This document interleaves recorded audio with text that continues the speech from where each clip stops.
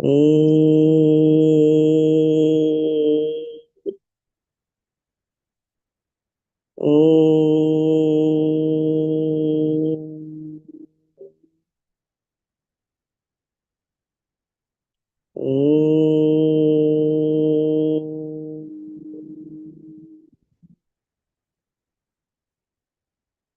ॐ ब्रह्मानन्दं परमसुखदं केवलं ज्ञानमूर्तिं द्वन्द्वातीतं गगनसदृशं तत्त्वमस्यादिलक्ष्यम् एकं नित्यं विमलमचलं सर्वधी साक्षिभूतं भावातीतं त्रिगुणरहितं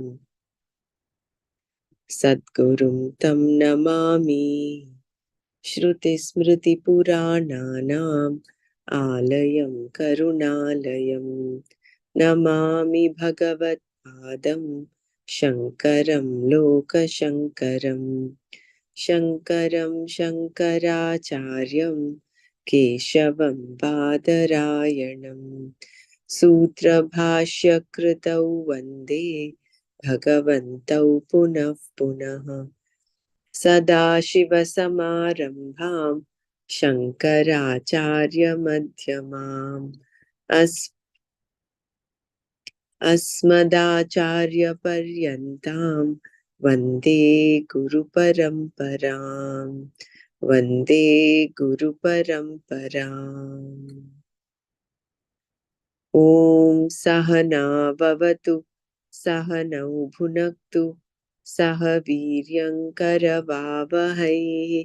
तेजस्विनावधीतमस्तु मा विद्विषावहै।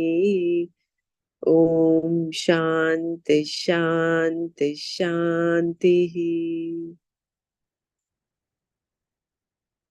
नारायणं नमस्कृत्य नरं चैव नरोत्तमं देवीं सरस्वतीं व्यासं ततो जयमुदीरयेत्।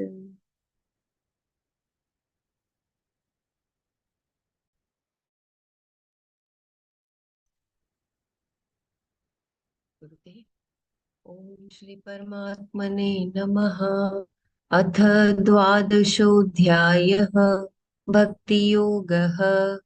अर्जुन उवाच एवं सततयुक्ता ये भक्तास्त्वां पर्युपासते ये चाप्यक्षरमव्यक्तं तेषां के योगवित्तमाः। श्रीभगवानुवाच मय्यावेशमनो ये मां नित्ययुक्ता उपासते श्रद्धया परयोपेतास्ते मे युक्ततमा मताः। ये त्वक्षरमनिर्देश्यम् अव्यक्तं पर्युपासते सर्वत्र गमचिन्त्यं च कूटस्थमचलं ध्रुवं सन्नियम्येन्द्रियग्रामं सर्वत्र समबुद्धयः ते प्राप्नुवन्ति मामेव सर्वभूतहिते रताः। क्लेशोऽधिकतरस्तेषाम् अव्यक्तासक्तचेतसाम् अव्यक्ता हि गतिर्दुःखं देहवद्भिरवाप्यते ये तु सर्वाणि कर्माणि मयि सन्न्यस्य मत्पराः अनन्येनैव योगेन मां ध्यायन्त उपासते तेषामहं समुद्धर्ता मृत्युसंसारसागरात् भवामि न चिरात् पार्थ मय्यावेशितचेतसां मय्येव मन आधस्त्व मयि बुद्धिं निवेशय निवसिष्यसि मय्येव अत ऊर्ध्वं न संशयः। अथ चित्तं समाधातुं न शक्नोषि मयि स्थिरम् अभ्यासयोगेन ततो मामिच्छाप्तुं धनञ्जय अभ्यासेऽप्यसमर्थोऽसि मत्कर्म परमो भव मदर्थमपि कर्माणि कुर्वन् सिद्धिमवाप्स्यसि अथैतदप्यशक्तोऽसि कर्तुं मध्योगमाश्रितः सर्वकर्मफलत्यागं ततः कुरु यतात्मवान् श्रेयो हि ज्ञानमभ्यासात् ज्ञानाध्यानं विशिष्यते ध्यानात् कर्मफलत्यागः त्यागात् शान्तिरनन्तरम् अद्वेष्टा सर्वभूतानां मैत्रः करुण एव च निर्ममो निरहङ्कारः समदुःखः सुखक्षमी सन्तुष्टः सततं योगी यतात्मा दृढनिश्चयः मय्यर्पितमनो बुद्धिः यो मद्भक्तः स मे प्रियः यस्मान्नो द्विजते लोको लोकान्नो द्विजते च यः हर्षामर्षभयोद्वेगैः मुक्तो यः स च मे प्रियः अनपेक्ष शुचिर्दक्ष गतव्यतः सर्वारम्भपरित्यागी यो मद्भक्तः स मे प्रियः यो न हृष्यति न द्वेष्टि न शोचति न काङ्क्षति शुभाशुभपरित्यागी भक्तिमान्यः स मे प्रियः समः शत्रौ च मित्रे च समः शत्रौ च मित्रे च तथा मानापमानयोः शीतोष्णसुखदुःखेषु समः सङ्गविवर्जितः तुल्यनिन्दास्तुतिर्मौनी सन्तुष्टो येन केनचित् अनिकेतः स्थिरमतिर् भक्तिमान् मे प्रियो नरः ये तु धर्म्यामृतमिदं यथोक्तं पर्युपासते श्रद्धाना मत्परमा भक्तास्तेतीव मे प्रियाः ॐ तत्सदिति श्रीमद्भगवद्गीतासु उपनिषत्सु ब्रह्मविद्यायां योगशास्त्रे श्रीकृष्णार्जुनसंवादे भक्तियोगो नाम द्वादशोऽध्यायः अथ त्रयोदशोऽध्यायः क्षेत्रक्षेत्रज्ञविभागयोगः श्रीभगवानुवाच इदं शरीरं कौन्तेय क्षेत्रमित्यभिधीयते एतद्यो वेत्ति तं प्राहुः क्षेत्रज्ञ इति तद्विदः ॐ तत्सत् सर्वं श्रीकृष्णार्पणमस्तु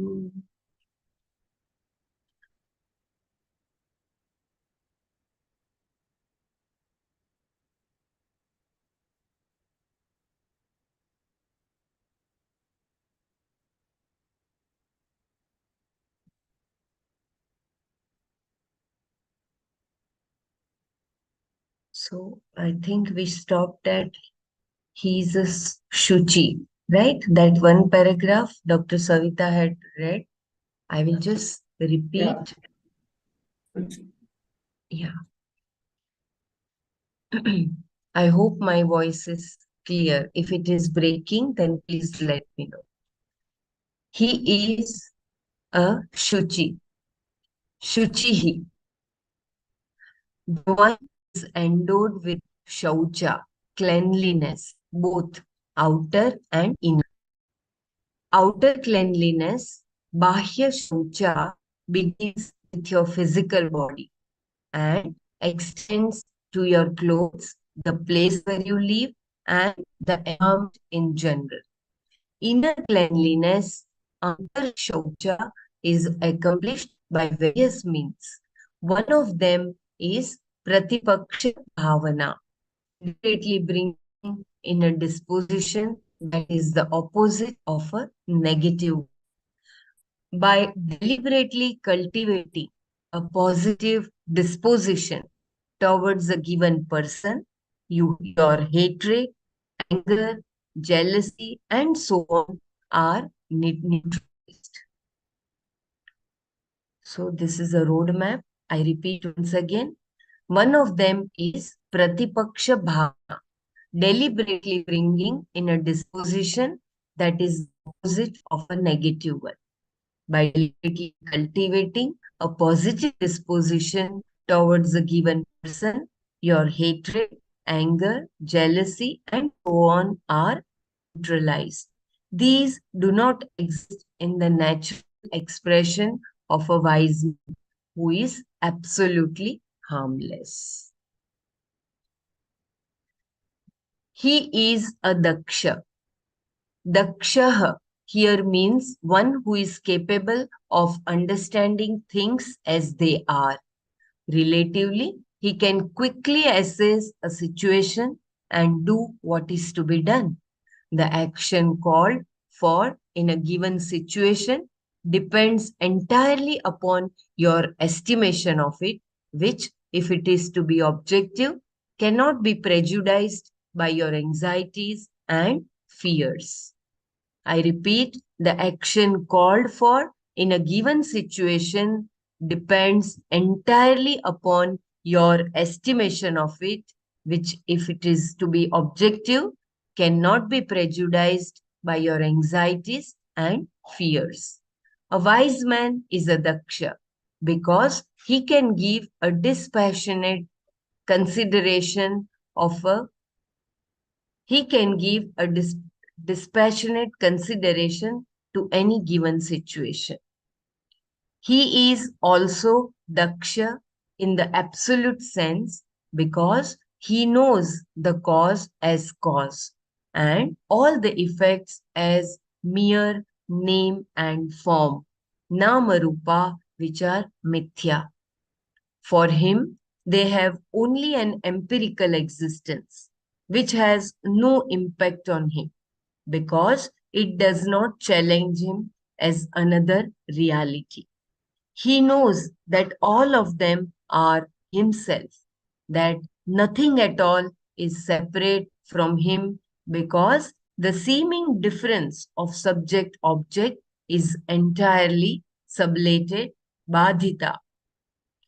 Even though the inquiry begins with subject object, later we negate the reality of this division. The difference is only an apparent one, since there is no reality in the situation except I.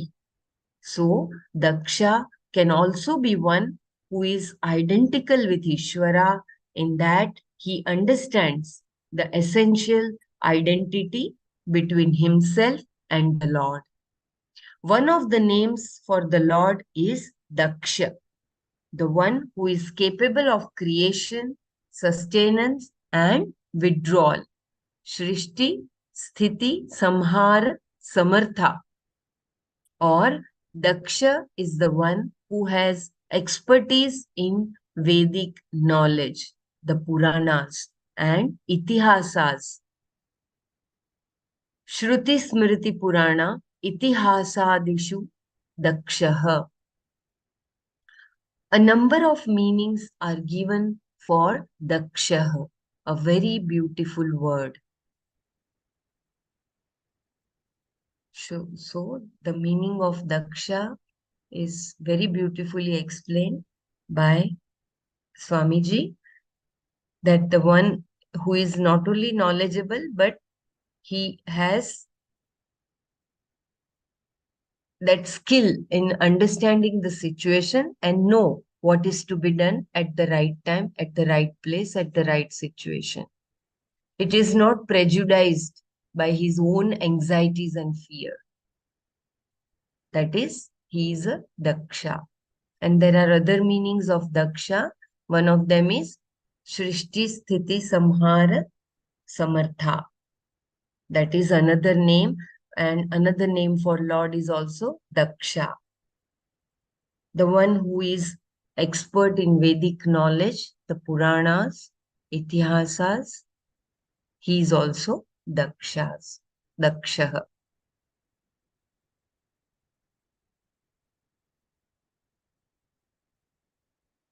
He does not take sides. Udasinah is one who does not take sides with a friend, mitra, or an enemy, shatru. Any issue is relative, whether it is a reference to an economic system, a political system. I repeat, as there is a breaking of voice. He does not take sides. Udasinah is one who does not take sides with a friend, mitra, or an enemy, shatru. Any issue is relative, whether it is with reference to an economic system, a political system, a lifestyle, or any discipline. All of them have their advantages and disadvantages depending upon how you look at them. Therefore, it is not wise to take a stand on relative issues. And a wise person, though he can give cogent arguments for either side, is neither on one side or the other. He is Udasina.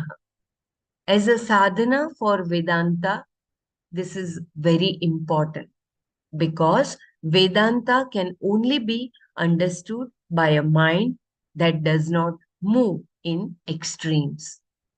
We are interested in realities. And for that, the mind must be very dispassionate. If you take a side on an issue, the other side is obscured from your view. But if you are in between, you can see both. Therefore, only a person who is dispassionate enjoys objectivity, a very important factor in understanding reality. There is always an element of truth in any position. One who is udasina sees this and is therefore highly dispassionate on relative issues. So he is objective. He is not having any side for friend or any hatred for shatru. He doesn't take side. Because why it is important to remain udasina or to not to take side, because in Vedanta it is very important that your mind which does not move in extremes.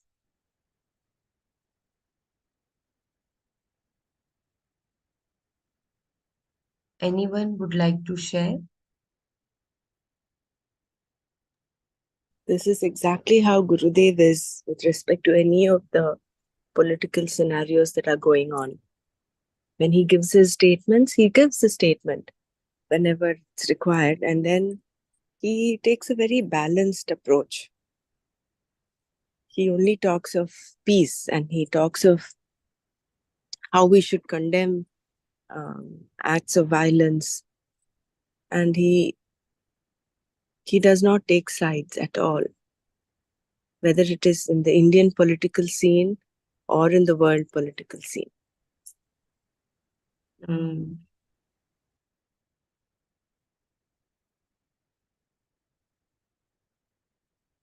Brahmaraj, we are interested in realities, and for that, the mind must be very dispassionate.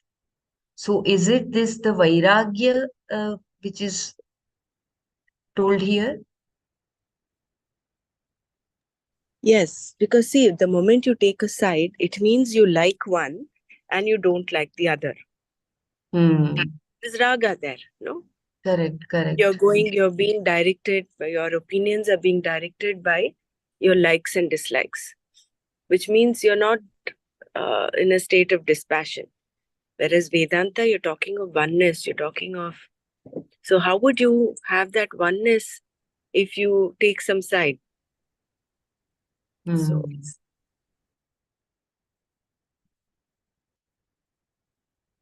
Yeah, it reminds me of Maitreyi.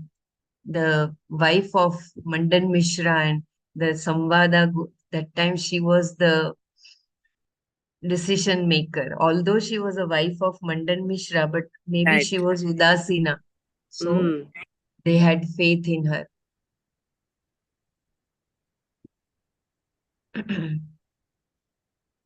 That is one. And on a smaller degree, we are told as teachers to be uh, impartial to everyone when in the courses. This can be for school teachers, also for art of living teachers. So I remember when we were doing art excel and yes and all that, and when my children would do the courses, this thought was there uppermost in my mind. So they would get the same. You treat them equally as other children. There's no bias, no prejudice, no preference shown. That if we can practice, then that is like going towards udasinata. It's a beautiful virtue to be inculcated because it is really, as a teacher, when you see, it is so easy to get guided by those who are gifted or those who are extraordinary. Mhm.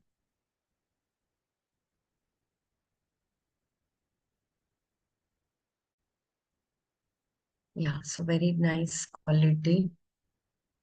One who is Udasina sees this and is therefore highly dispassionate on relative issues. He has no afflictions. Gata Vyatha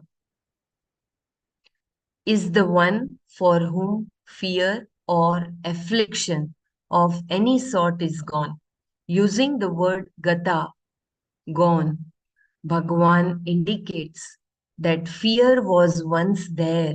In the wake of knowledge, it is gone. Fear, as we saw, comes from separateness. So, the Karma Yogi cannot be called a Gatavyatha. Gatavyatha. Gatavyatha. I hope Gatavyatha. He can be only relatively free from fear, whereas a Gatavyatha is free from any type of fear, including the fear of death, which is possible only in the wake of knowledge. So, once again, the qualities which are required, Dakshata, and this is another Gatavyatha. He has no Shaucha. The first one we saw was Shaucha, Anapeksha. Shaucha, and this one Gatavyatha. Please remember for our Manana. He has no need to begin any activity. Sarvarambha Parityagi is another important word. Arambha is here what is planned and initiated. All karmas are arambhas in that they begin because of a sankalpa. Shankara writing the Bhashya began at some point, and even Krishna began teaching Arjuna. No one is without arambha, the cause for which is kama, desire. Various karmas, whether Vaidika, Smarta, or Laukika, are done to produce results here and in the hereafter. A karma yogi also performs these karmas, and though he does them for the sake of moksha, he is still not sarvarambha parityagi, but a sarva karma phalatyagi who performs actions dedicating them to Ishvara. I repeat this line, a karma yogi also performs these karmas, and though he does them for the sake of moksha, he is still not sarvarambha parityagi, but a sarva karma phalatyagi who performs actions dedicating them to Ishvara.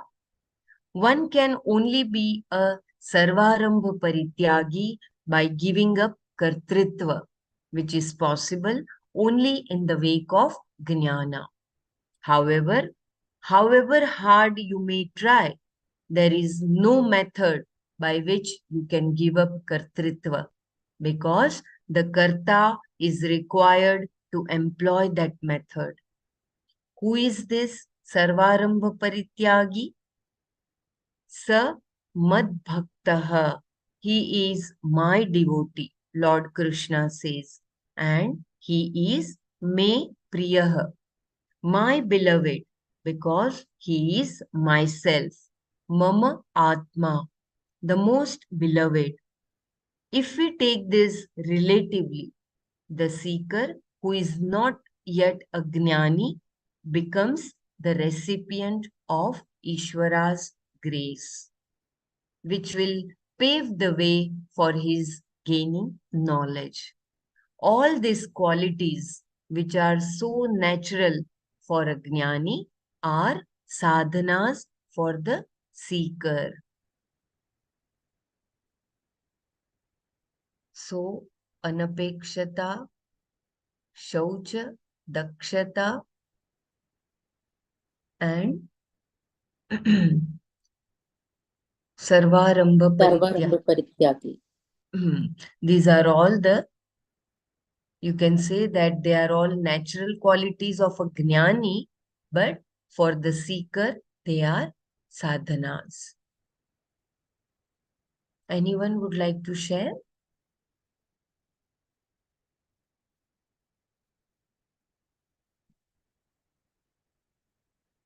I was just thinking these beautiful verses from, I think, 12 or 13 onwards that describe the lakshanas of a jnani. If we were to memorize and remember with the meanings, that is, on a daily basis, at least thinking about those, that it might be a good sadhana tool for us. At least we keep them in our mind. Like how when we do the samyam, the Sayam mantras, when we chant, when we practice that, so it is like the Brahmara Ketanyaya, where the the the wasp goes on humming around the cocoon, and ultimately the cocoon becomes that. I'm not saying that will help, that will give us the recognition that we require, but at least it will aid. Even remembering those things, sometimes it goes back into oblivious unless we read it again, unless we chant again. So it'll be good to enumerate all these qualities. I think in chapter 13 and 7, we also had a list of a list of lakshanas that were given. Correct. Yes. And they are all so much related. They are very much related. Like when you say that Adveshta, it is naturally like who doesn't have hatred or who is unbiased. Can So anyone explain again the Arambha Parityagi? Just 2 sentences. Sarvarambha Parityagi. Because he is not a karta. He has given up he's not a karta, he's not a bhokta. So there is nothing for him to do. Therefore, there is nothing to, and any doing, any action starts with a sankalpa. Unlike a karma yogi still has the kartritva bhavana. Although he's pursuing the moksha marg, he does have the kartritva bhavana.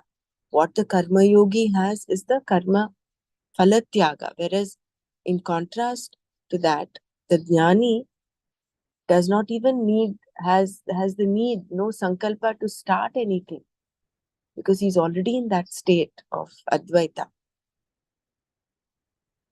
So Sarvarambha Parityagi. So there is nothing for him to do. I'm just reminded of Ramana Maharshi. He would do nothing at all. He would just sit and be in that silent space. There is no ichcha also to do this, do that. So he's in that state. I don't know whether that helps. Anybody else wants to add? Please go ahead.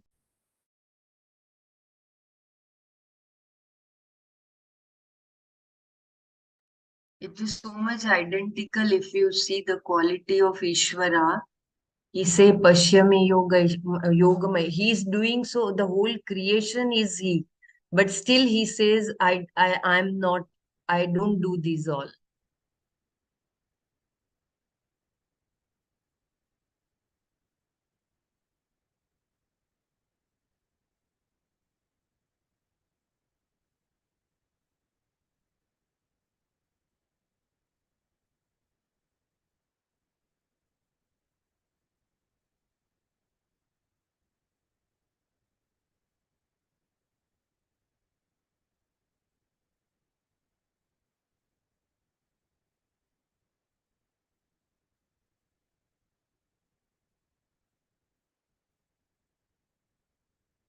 One assurance is there, even by doing Sarva Karma Phala Tyaga, we can be the recipient of Ishvara's grace.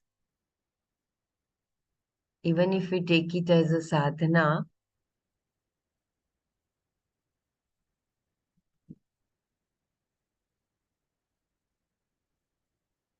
anyone would like to add?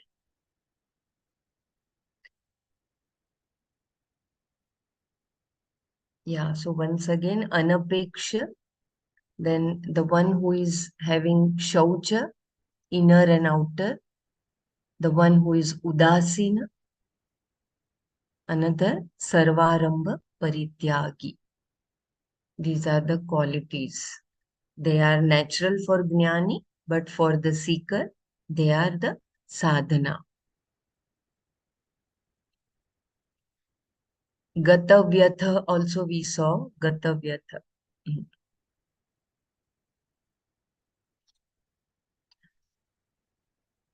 Further he says, Yona rishyati na dveshti na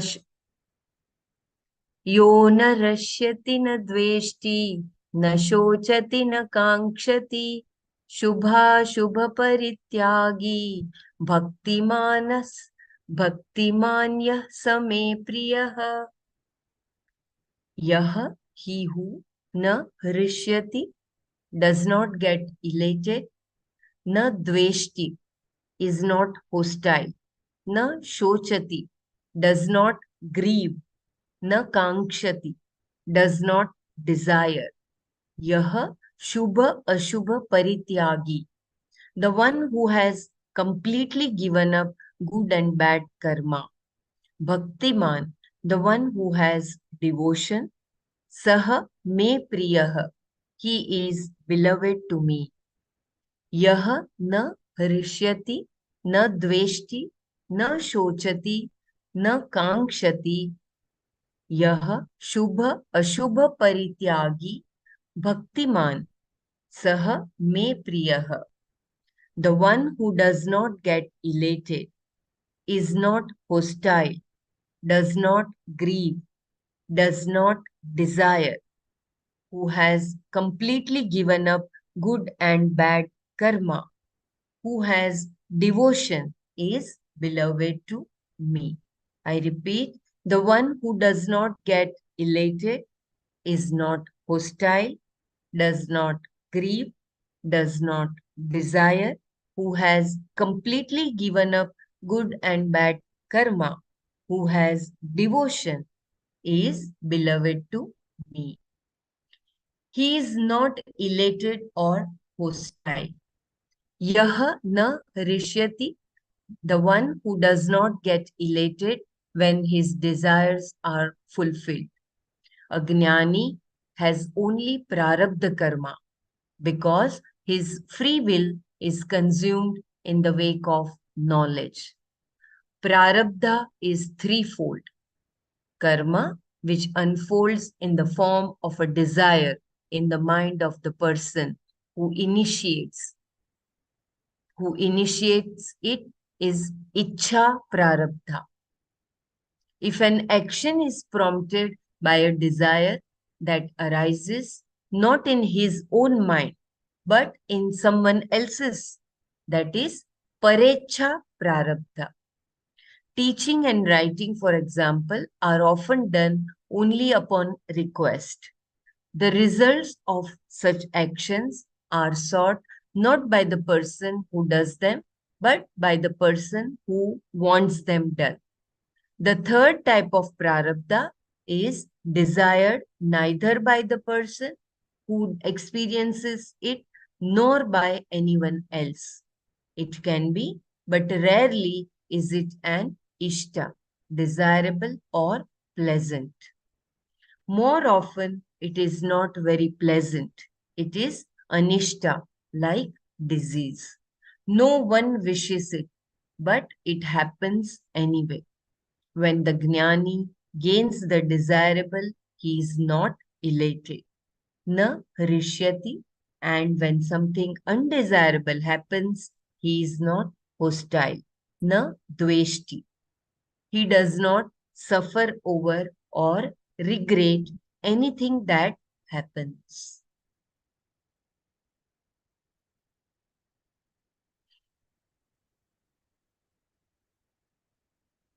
So the three types of ichha, three types of prarabdha karma. One is swaichha or parecha, and the third type of is neither by swaichha nor by parecha, but Yeah. it happens.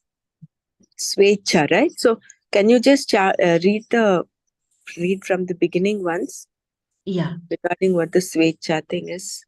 yeah. Yaha na hrishyati, the one who does not get elated when his desires are fulfilled. A jnani has only prarabdha karma because his free will is consumed in the wake of knowledge. Prarabdha is threefold.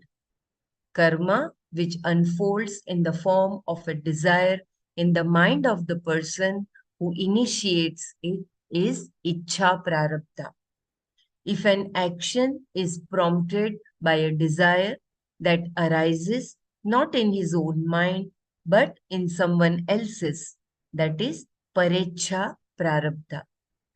Teaching and writing, for example, are often done only upon request. The results of such actions are sought not by the person who does them, but by the person who wants them done. The third type of prarabdha is desired neither by the person who experiences it nor by anyone else. It can be, but rarely is it an ishta, desirable or pleasant. More often, it is not very pleasant. It is anishta, like disease. No one wishes it, but it happens anyway. When the jnani gains the desirable, he is not elated, na harishyati, and when something undesirable happens, he is not hostile, na dveshti. He does not suffer over or regret anything that happens.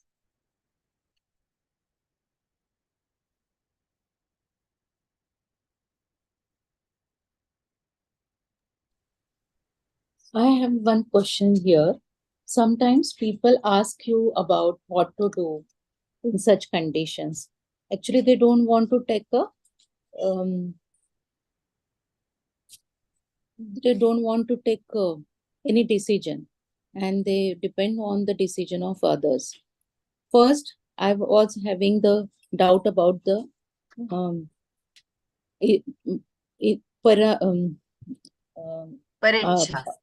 nahi, parecha is there, but sarvarambha parityagi means they don't want to initiate the action, they want to take, and they have a apeksha, somebody should tell them give opinion what to do. So in this case, he will get the fruit, he or she will get the fruit, or who is telling the answer or opinion to them, that they that people will get the fruit. That I am not able to understand, because who is the sarvarambha parityagi, they or us? Because we are initiating, and we are not thinking about what result will be there, but we are just telling them the answer to their question. So two these things are very much related. Ichha, whatever be the prarabdha of who is asking us, and who is the initiating the karma. So you have already explained, my dear. If you are doing what is to be done without any bias for any raga dvesha, either for your friend or for the person who is another against, then it is you are already sarvarambha parityagi. Because they are knowing the result is mostly undesirable or unpleasant. So they don't want to take the kartritva, that I did not Yeah. take decision. Yeah. But when they Yeah. are knowing, why should they ask such a question? Okay. Yes. But we are not going to become a part of that parcel, no? In Yeah, that if karma. you are if you have not taken side, neither of this side or that side, then you are Yes, because it is naturally. relative, it may change, and also anything happen. Thank you.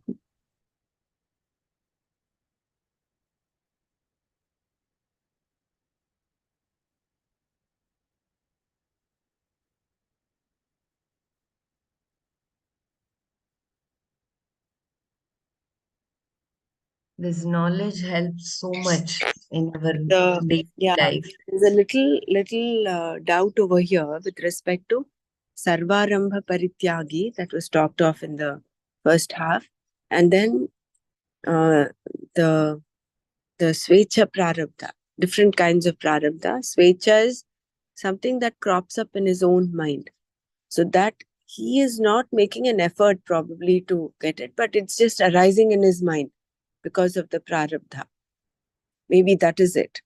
He's not making an effort to do something to gain something, but maybe because of the force of the prarabdha, it just happens. Whereas the parecha is that happens from others. That's so often Gurudev in satsang, after the singing and meditation, and he opens it out for questions, he says, now you have to ask questions. When people say, please tell us something, then you have to ask questions. So that thing has to come from the others, that parecha prarabdha, that is. And of course, like a human body, there are times when he also coughs. So that is something that is not desirable, either by him or by others, but it just happens, and that is also part of the prarabdha. But the difference is, the actions of a jnani do not lead to any more karma. He is there only to exhaust his prarabdha. No more is going into the agami karma. No more future accounts. The bank account is frozen there for him. Here it is says in the second sentence, a jnani has only prarabdha karma, because his will be consumed in a wake of knowledge. So no will is there, no ichha in him. If at all he does the parecha prarabdha, because someone asked him to teach. But it says here, a jnani has only prarabdha karma, which he has to go, maybe he has done something in the last life or so, which is desirable or undesirable. He is not touched by it, but he has to go through it.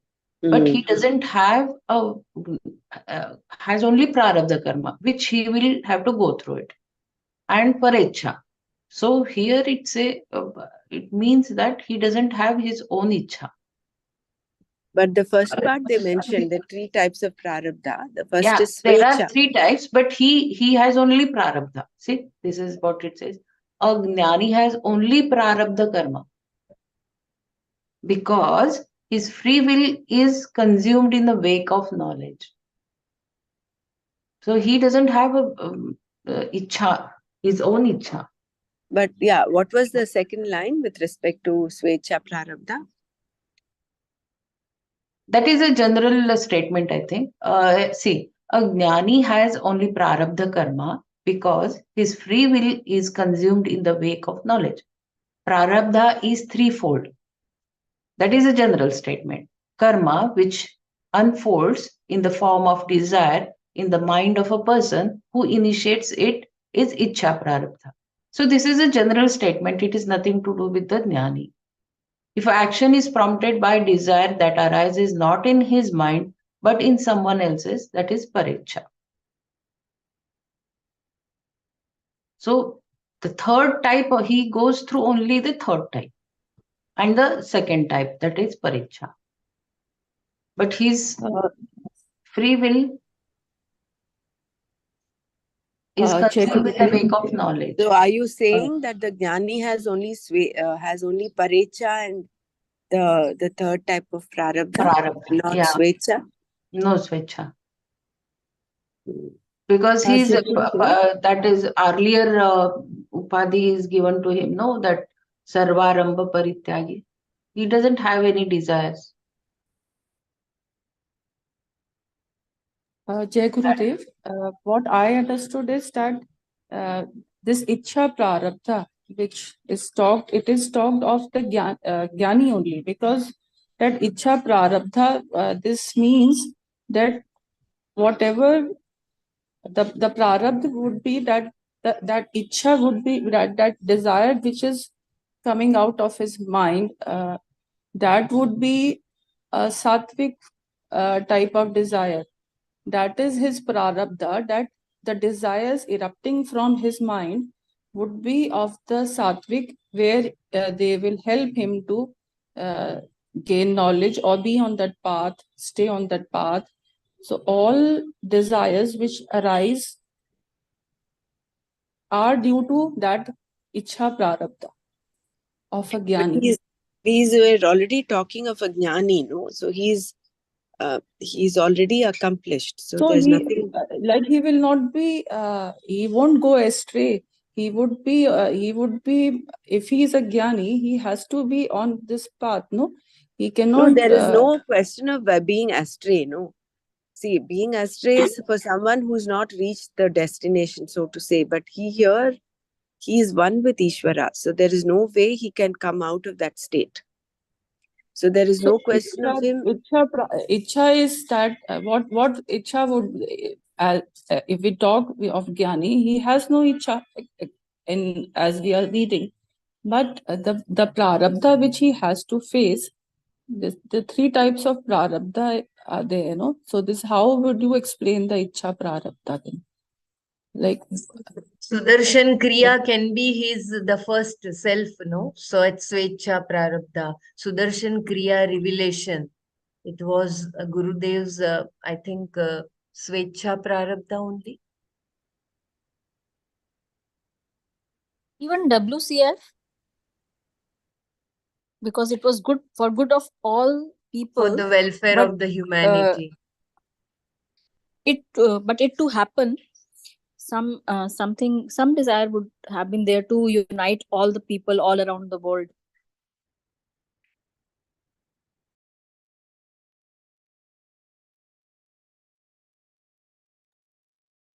Yeah, here the word Ichha is little misleading, right? Bela, can you just go back and read the Sarvarambha Parityagi one more time? So we understand that, and then maybe we'll get some clarity. Yeah. He has no need to begin any activity. But nothing for self, for all goodness of the world and people. Mhm. Sarvarambha Parityagi is another important word. Arambha here is what is planned and initiated. All karmas are arambhas in that they begin because of a sankalpa. Shankara writing the Bhashya began at some point, and even Krishna began teaching Arjuna. No one is without arambha, the cause for which is kama, desire. Various karmas, whether Vaidika, Smarta, or Laukika, are done to produce results here and in the hereafter.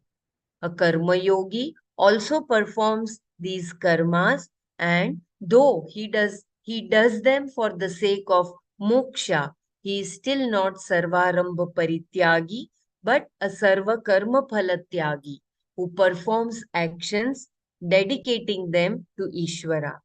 One can only be a sarvarambha parityagi by giving up kartritva, which is possible only in the wake of jnana.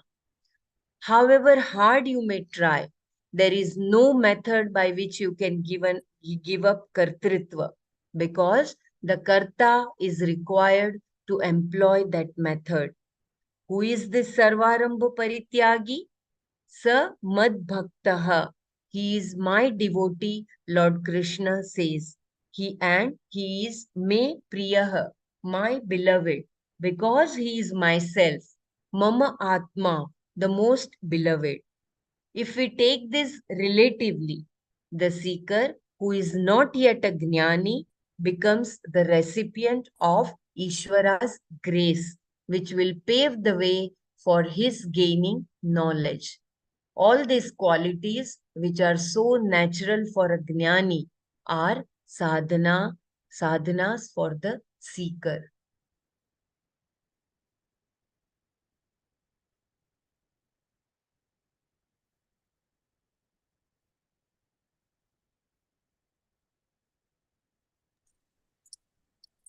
Yeah.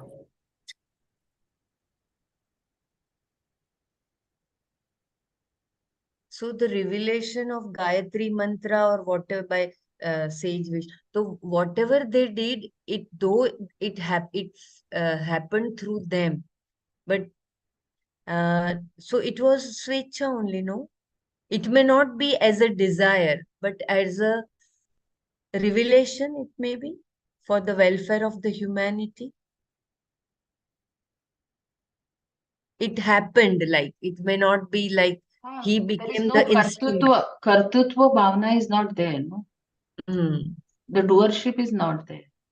So it happened. It just happened.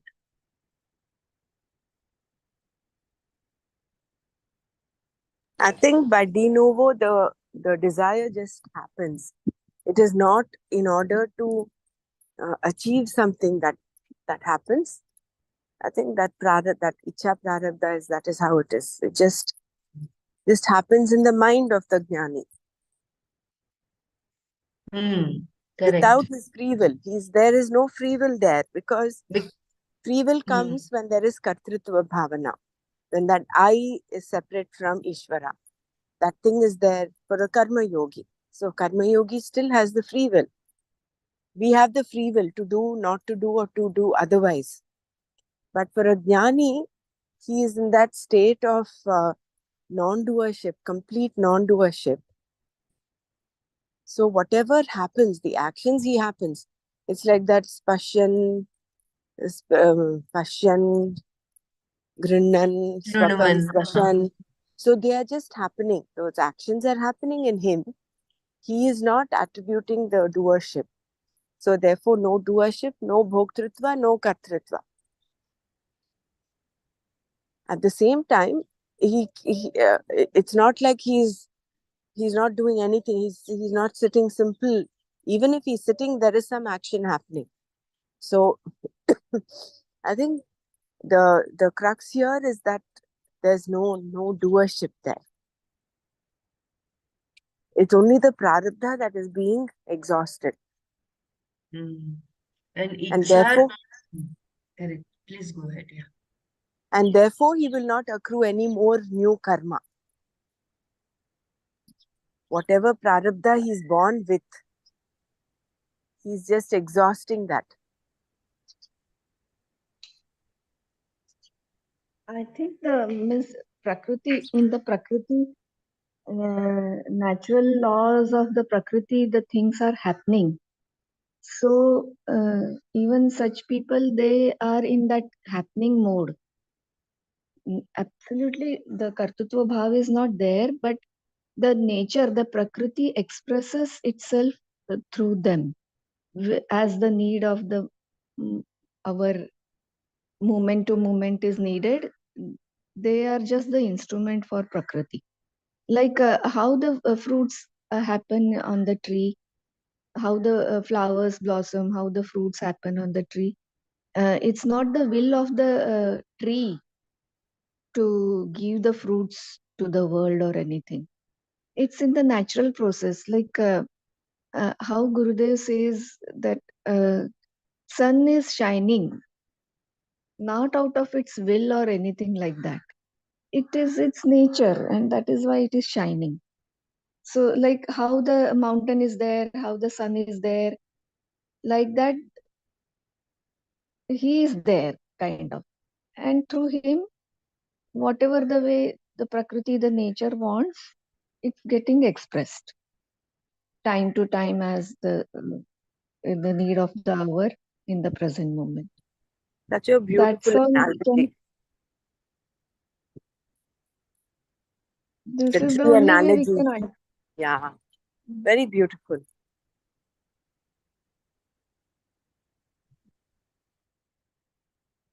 Otherwise, this Sarvarambha Parityagi is very difficult to understand uh, with reference to Brahmajnani when we see around us, no? Because they have no their personal mind. Yeah. Like They were, there is no they, small mind. yeah, their actions are through intuition only. They don't get any desires. Absolutely. Even like it is a very small thing, but how when we are there around Guru, no, uh, when he used to come very frequently to Mumbai airport when there was no international airport in Bangalore, and the moment he used to come out and even because from everywhere people used to jump on him, no, so all sides.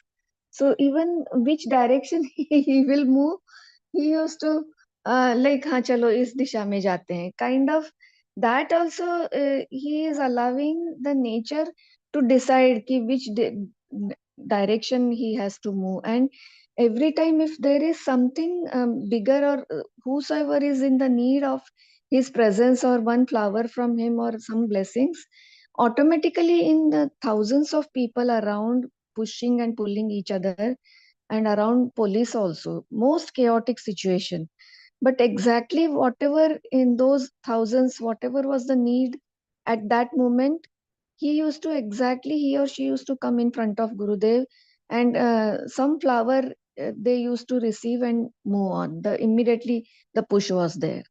It is like you can see, we think it is a miracle, but he is allowing himself to be available at that moment, whatever is needed, even in such a chaotic situation. Otherwise, you won't be able to reach to him. You will be just observing him from a very long distance. But the moment, like I had some long time back when 2007, 2006, 5 and all, I was about to organize a big advanced course, which was a very rare thing in Mumbai, once in a year or something like that. And suddenly I was pushed, and my feet were not there on the earth only. I was floating in the air, and through the push and pull and everything, suddenly I stood from nowhere. I stood suddenly in front of Gurudev, and he was like one big flower bouquet was continuously touching me. I didn't understand, and then Gurudev shouted, "Isko pakdo, isko lo, isko lo." Then I took that full flower ka bouquet, and suddenly I came out of that. again I was floating. My feet were not there on the ground. I was thrown out of the whole crowd. And then I realized through those, suddenly from intuitively, I came to know that Gurudev has blessed this thing for the success of, because that time there were no mobile or nothing like that.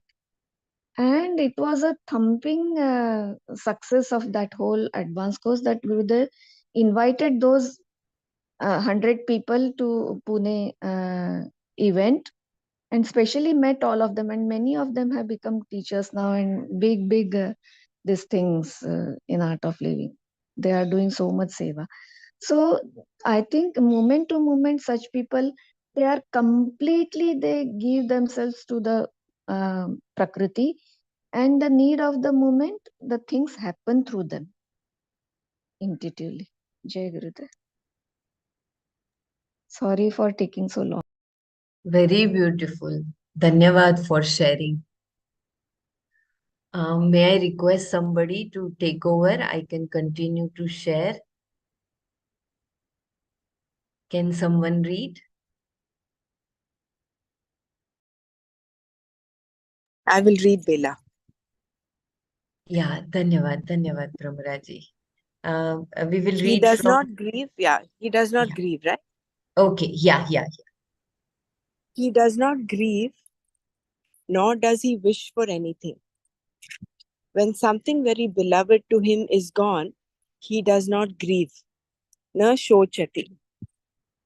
Recognizing that losses are a necessary part of creation, he does not suffer when things that are dear to him are taken away. In his vision, that is also part of the whole scheme of things. Losses occur every day. Somewhere, somebody is always mourning. But we often do not recognize this unless we experience a great personal loss. The grief that follows such a loss also does not exist for the person being described here. He may have sympathy, but not grief.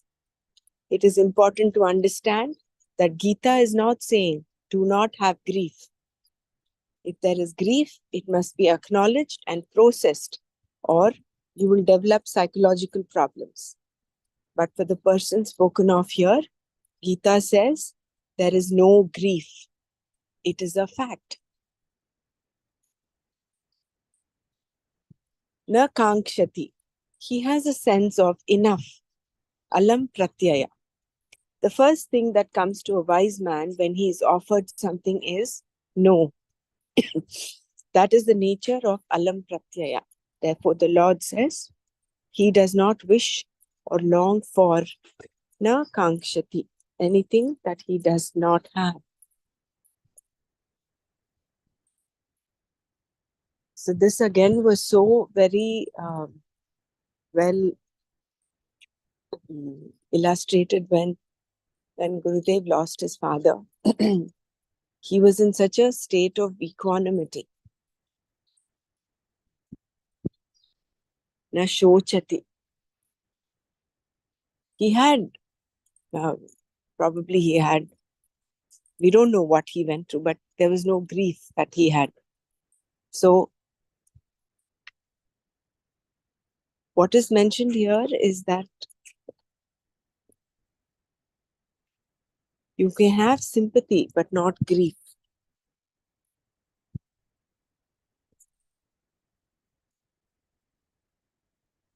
So here, I think there's a distinction between a sadhak like Arjuna and a jnani. A jnani has no grief, na shochati.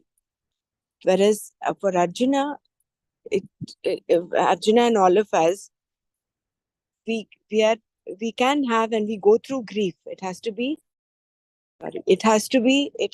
acknowledged and processed.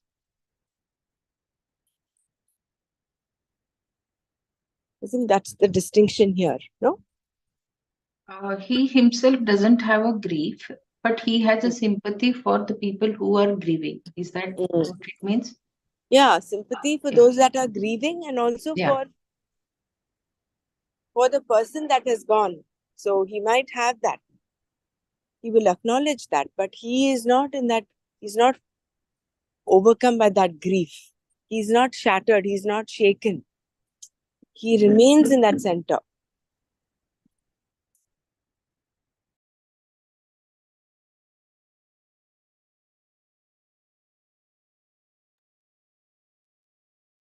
I think this Sarvarambha Parityagi, with reference to Brahmagyani, when we speak, it is very different, who has achieved everything. But for sadhaks, it is different. For us, we are still like in the pair of opposites everywhere. So in the sattvic mode, we need to take the sankalpas, no? And then a level will come where automatically we will transcend this whole thing. Yeah, that's Otherwise, where we just cannot copy. We cannot just copy his behavior because we are not. We have not expanded ourselves to that level. That's what I felt. I think Brahmaraji can help us in Yeah, this. I think that is the whole thing here. The Jnani's Lakshanas are our sadhana tools, are the benchmarks for us. And like you rightly said, we cannot just copy. We have to understand. It should come from this sense of understanding. Same thing here when he says the Jnani has no grief, na shochati. We as karma yogis, we may go through some grief, like when you have a personal loss, you will go through the grief. You will have to process it. You cannot say, oh, because I'm not supposed to have grief. You shut yourself up, but that grief is locked up inside. That will only burst up at some other point. So otherwise, that is why Swamiji says, do not have grief. If there is grief, it must be acknowledged. So that means if you have grief, you are still not, number one, two things. If you are still going through grief, is that we still not have reached that state of jnani, the state that the jnani is in, and we're still work in progress. Does not matter. Acknowledge the grief and process it inside. Understand where is it coming from, and then look at the wonderful shlokas we have in chapter 2 where um, mm, what is that? I'm not getting those verses where he talks of Jayate Vishayan. Sthita The Prajna state of Lakshana. Sthita Prajna, yes. It's that the body goes through Yavvanam Jara Tatha Dehantara Praptihi Dhiras Tatra Namuhyati. The body goes through different stages, childhood, youth, adulthood. Similarly, death. It is only another phase of life. So with this understanding, if we can process our grief, then you are kind of uprooting that grief out of your system. You will not end up with psychological problems. But if you're just copying what the jnani is, say, oh, I should not have grief, and you don't, you're not expressing it or not showing it up, then it will only get bottled up inside and it will bloat up sometime. So I think that is what Swamiji is trying to mention here, is that the jnani has no grief. But when you have grief, process it. And when you said the Sarvarambha Parityagi, Jnani is Sarvarambha Parityagi, the Karma Yogi he said is Sarva Karma Phalatyagi. That is what is mentioned there. So when you do karma, when you have desires, that is what is mentioned in the next paragraph, no? Sarvarambha Parityagi. This Sarva Karma Phalatyagi. He becomes Sarva Karma Phalatyagi. That is a karma yogi. Has it not mentioned in the Sarvarambha Parityagi paragraph? I think No, it it is. was mentioned that in that a karma yogi is still doing action, no? He's still doing his action. So he is coming from the space of doing karma, but he relinquishes the karma phala. Yeah, He's also on the moksha mark. Karma yogi is also pursuing moksha. correct. He's doing actions. But compared to compared to a person who's just dharmic, If it's a person who's just acting, who's doing action, the karma yogi is a shade better because he relinquishes the karma phala. So regarding this nashochati, I think that is import. The benchmark is to be like Gurudev, nashochati. But we are still going through grief. So when we are doing that, then you process it. Using knowledge and wisdom. Not just bottling it up. It's not like a mandate, oh, I should not be like this, so I will not be. No. Then you're only putting pressure on yourself. I should not get angry. You don't get angry, but you bottle up the anger inside you. It will bloat up sometime. It'll blow up at some other point. But when you come from the understanding, oh, this is where the anger is coming from, and you internally process it, then the next time that same situation happens, you're better able to not become angry there.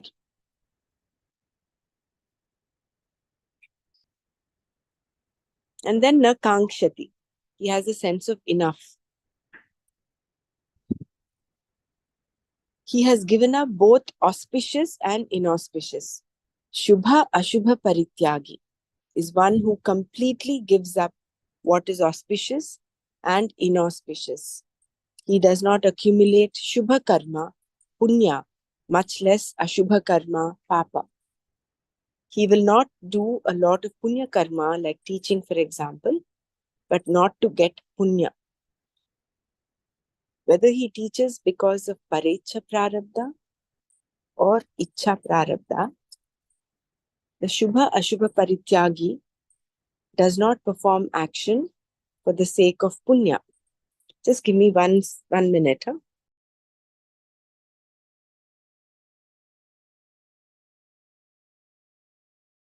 Someone else can just read on for a minute or two. It's raining a little bit here, so I just have to take the clothes inside. One of you can carry on for some time.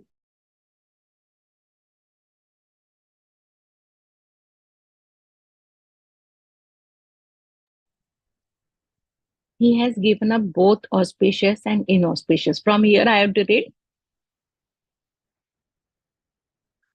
Shubha Ashubha Parityagi is one who completely gives up what is auspicious and inauspicious.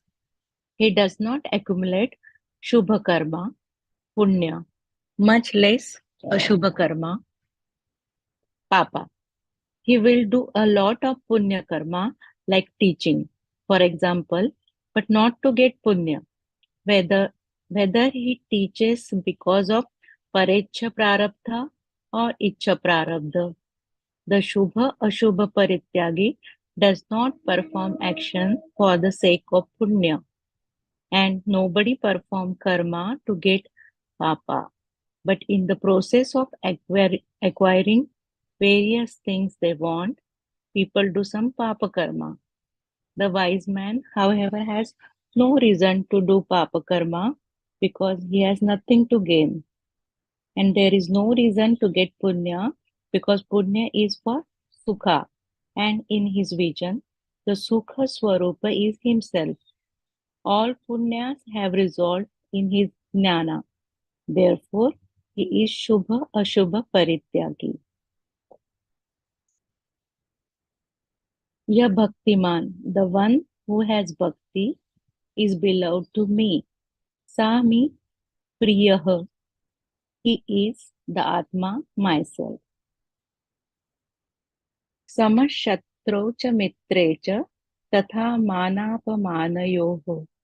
Shitoshna sukhadukkeshu samasanga vivarjitah. The one who is same with reference to an enemy and a friend, so too honor or disgrace. The same with reference to cold, heat, pleasure, and pain, free from attachment. He is same towards a friend or an enemy. Sama shatrucha mitrecha. He is same with reference to an enemy and a friend. Someone who desires your well-being out of affection for you is a friend, mitra. Shatru, an enemy, is one who wants to hurt you in some manner. The question here is, how can a Gnani have a Shatru? Why should he first create an enemy and then be equable towards him? A Gnani does not create enemies, but they arise nevertheless just by his being himself. Suppose all he does is sit under a tree. There will always be someone who is jealous because he is not capable of sitting under a tree. Whether a Gnani has a big palace or it's simply sitting under a tree, someone will be jealous. There are so many reasons for enmity. You need not do anything at all. Even the shape of your nose can be a reason for enmity. You need not do anything at all. Even a shape, even the shape of your nose can be good enough. That is a motiveless enmity. Something about you remind him of someone who once harmed him and that invoke enmity. But how are you going to deal with those enemies? Bhagwan says, he is sama, the same.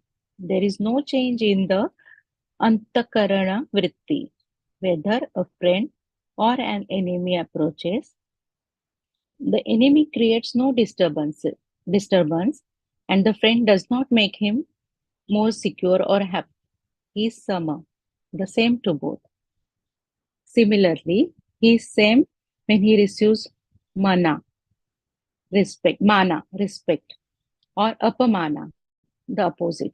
Whether he becomes an object of worship or is disrespected, even shame, he is same.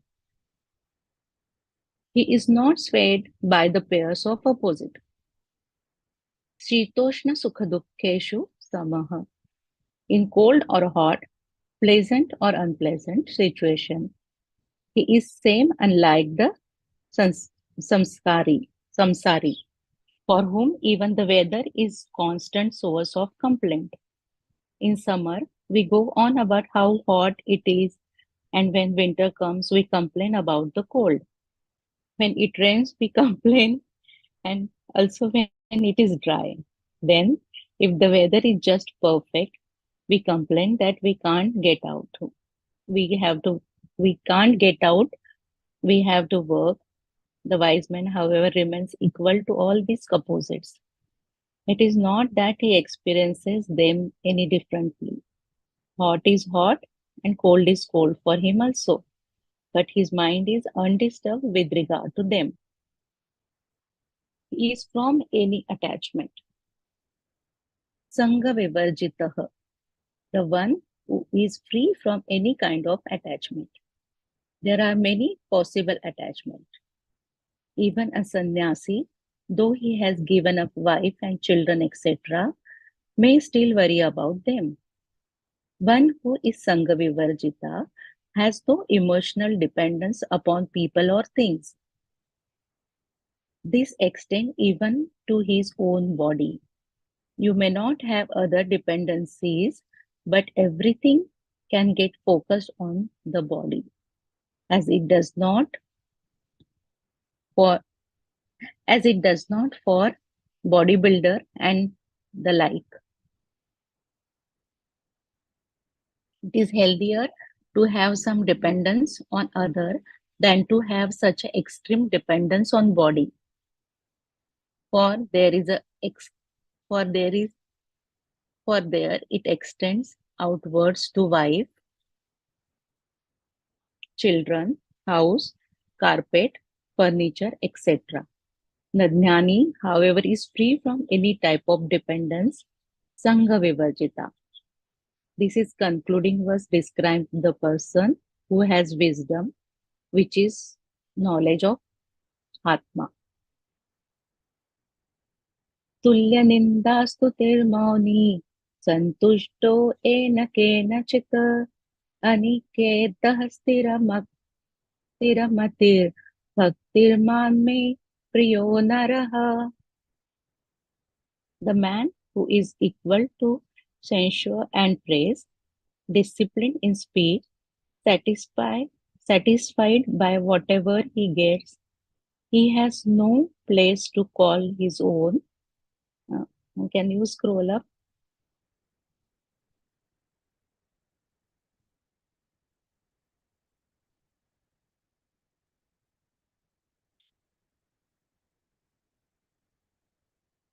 Tulya nindastutir maun. Okay.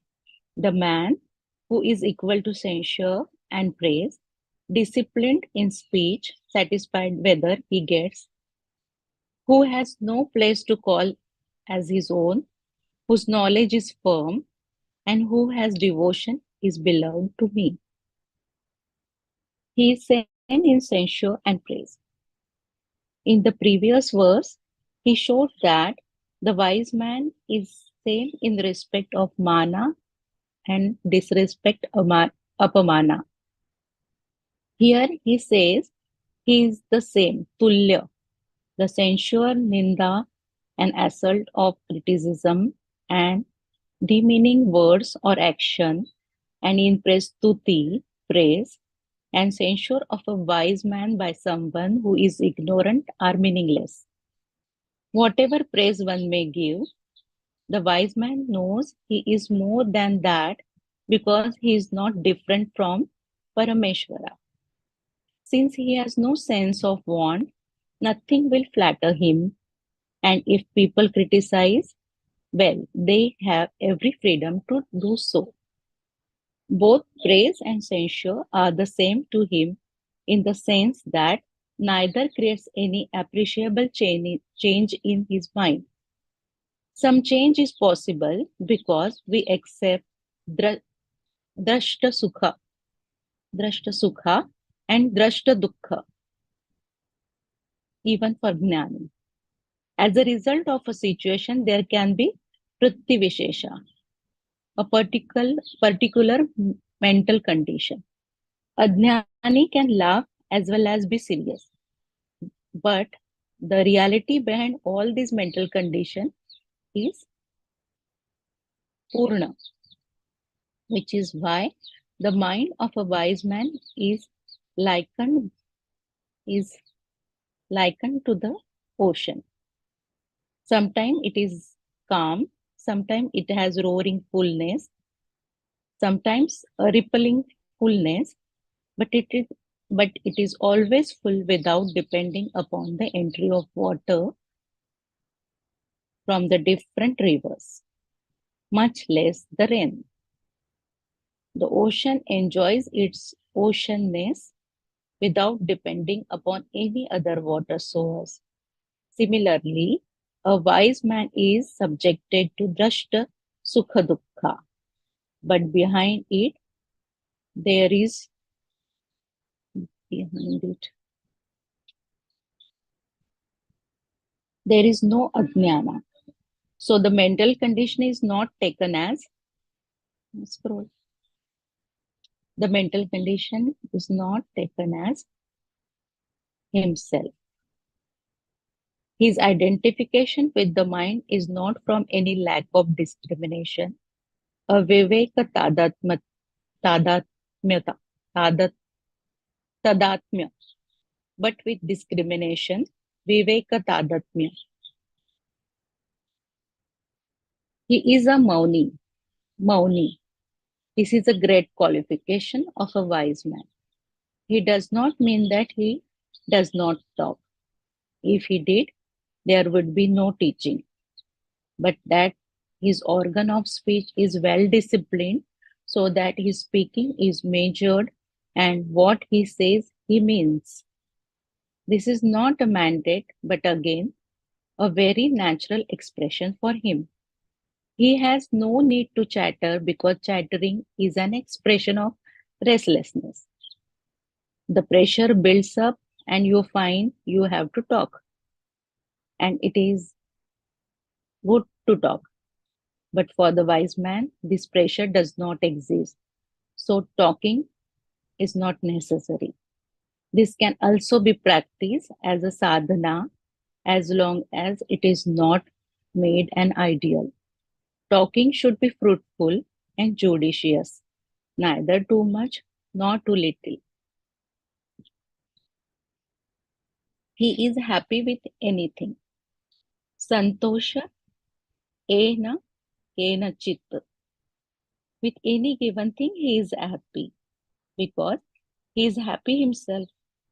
He will do what is necessary to take care of the body, but he has no scheme to manipulate the world in order to benefit from it. The few things that are necessary for any living person are all he bothers with. Whatever they are, and in whichever form they come, he is santushta, totally happy. He is non-complaining person. Scroll a little bit.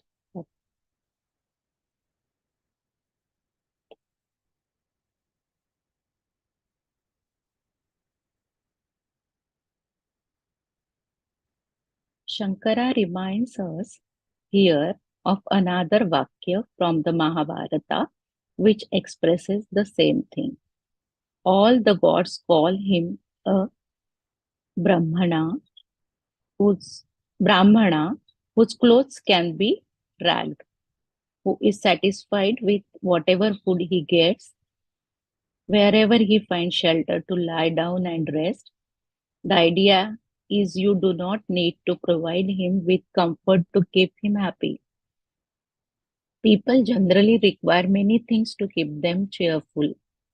Certain type of music, food, company, even conversation topics must all be the one's taste or one gets disconcerted.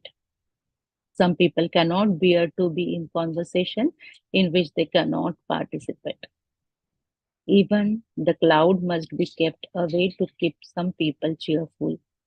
A wise man, on the other hand, is already pleased with himself, so he is easily pleased with whatever he has.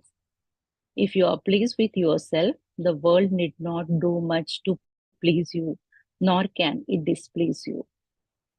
Aniketaha, he has no dwelling place, and he is happy. This does not mean that he should not have no roof over his head, but that there is this does not mean that he should have no roof over his head, but that there is no place which he calls his own. The one for whom there is no Mama Buddhi is called Aniket. All these words reveal the person, but lastly, he says the real Bhakta is a Sthitirmatihi. Previously, he said Dridhanishyaha. Sthiramati. Yeah, Stiramatihi. Previously, he said Dridhanishya. The one whose understanding lives. Scroll a little bit. Dridhanishya, the one whose understanding lives. Bela, you will have to scroll up a bit. Dridhanishya, the one whose understanding lives, nothing to be desired, and he concludes repeating the same thing. Stiramatihi is one whose understanding is firm in that it is complete. There is no vagueness or doubt. Can you scroll a little bit up, down? The Stira Buddhi is. Yeah, go ahead. Just scroll a little bit down. Stira Buddhi. Stira Matihi is the one. Drudha Nishaya. No. Drudha Nishaya is the last sentence. You want me to scroll the previous page? Yeah. 330. Yeah. Here? Yeah. Previously, he said Drudha Nishaya, the one whose understanding lives down. Nothing to be desired. Drudha Nishaya means nothing to be desired. And he concludes repeating the same thing. Stiramati is one whose understanding is firm in that it is complete. There is no vagueness or doubt. One may ask whether someone has a total commitment to making money. Is he not also a stiramati, but with regard to money? With regard to money. There, and with anything other than Atma, the mati is always astira, because sthirata is possible only when what one dwells upon is sthira or constant. He should be it should be nitya, not subject to change, and also complete, purna, in order for the mati to be sthir. The swarupa of Atma is the very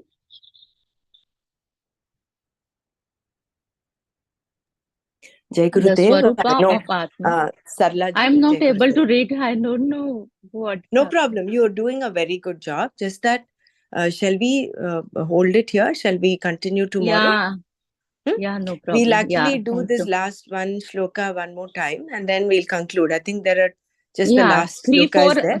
three, four Lakshana Yeah. we have now covered.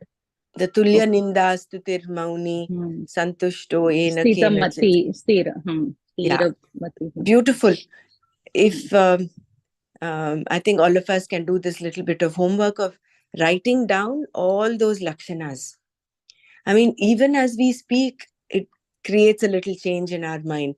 So if we can write it down, put it up somewhere that we can see every day, at least memorize, and more importantly, if you can memorize these verses, that will be a beautiful. Actually, today I got one exercise. again comparison between the Sthita Pratnya and Jnani.